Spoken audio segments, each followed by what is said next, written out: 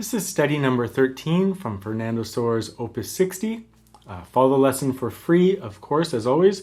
But if you're interested, I do have an edition of all of Op.60, so all 25 etudes. And this one's starting to be right in the middle, so we're looking at the intermediate level. Some of the early ones are early intermediate, and some of the other ones are late or early advanced. But number 13, the majority of the studies are in the intermediate, right in the intermediate kind of level.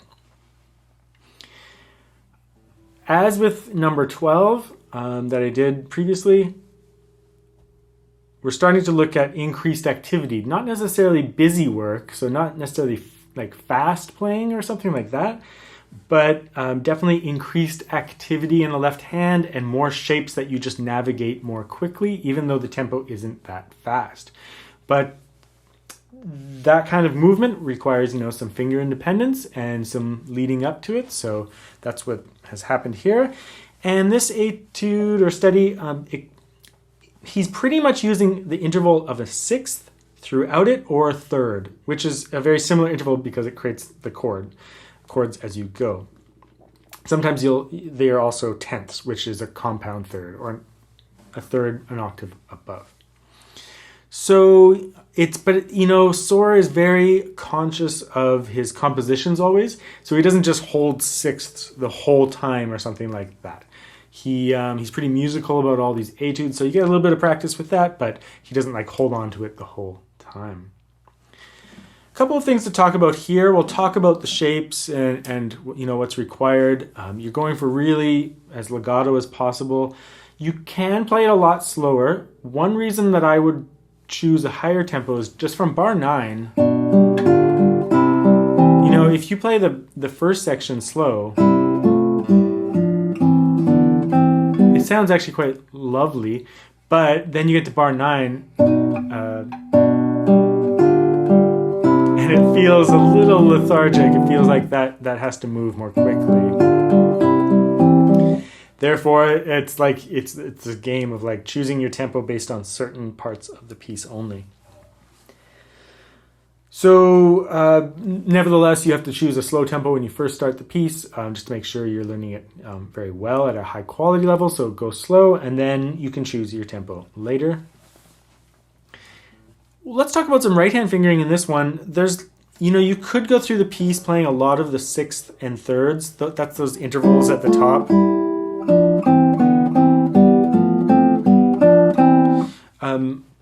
You could play them all with the fingers.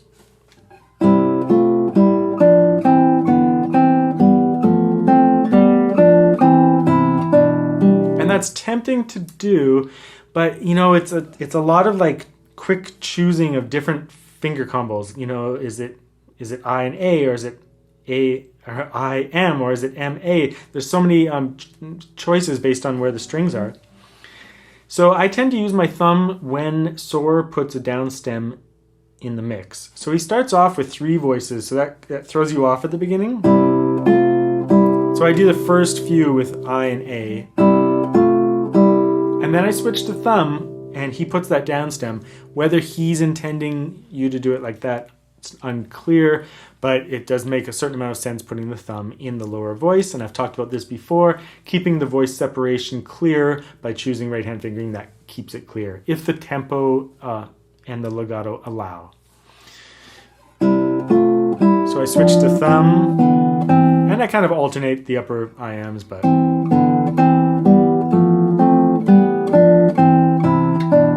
from a teaching perspective, that's really easy to assign a student. Instead of having to explain every single fingering and write them in, I can just say, for those down stems, use the thumb. And it keeps everything really clear. You can work on your thumb legato, making sure that it works. From bar 5.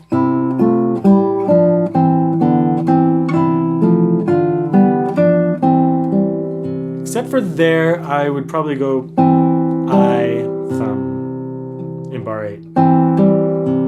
For the one spot. The rest of the time I'm actually jumping my thumb around just to keep those voices separate, and to also just choose one simple concept for fingering. Bar 9, pretty straightforward, just sustain all those voices. Your I finger can be buried. You really just want this melody to pop out. The bass can be fairly present, but get that I finger buried away as accompaniment.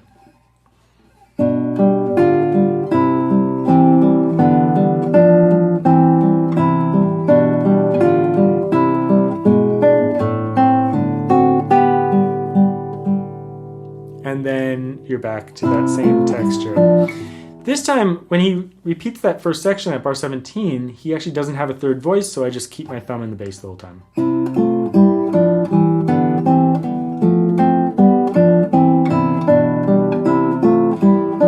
Here, I use my thumb, and I use IA on the last one. That way the thumb can get that voice.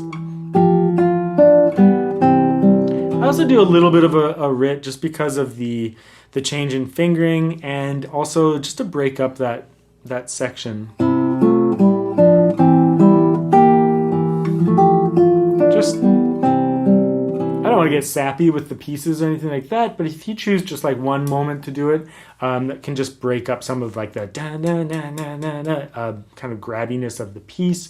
And you can just choose one sentimental moment, but without doing it all over the place, which could otherwise be disruptive to the momentum of the piece. So, like I said, not too much to talk about in this piece. The right hand fingering, the left hand fingering is all in my audition. You just follow that. The right hand fingering, you can just choose to do what I did, which is nice and simple, or you could just work out some kind of combination of the fingers for the upper voices, and then you play through it. It's just a little bit more like finger independence and different shapes to navigate more quickly, but that's good for your technique, and it's kind of a fun little piece. It's not my favorite out of the collection, but it's kind of fun once you start practicing it.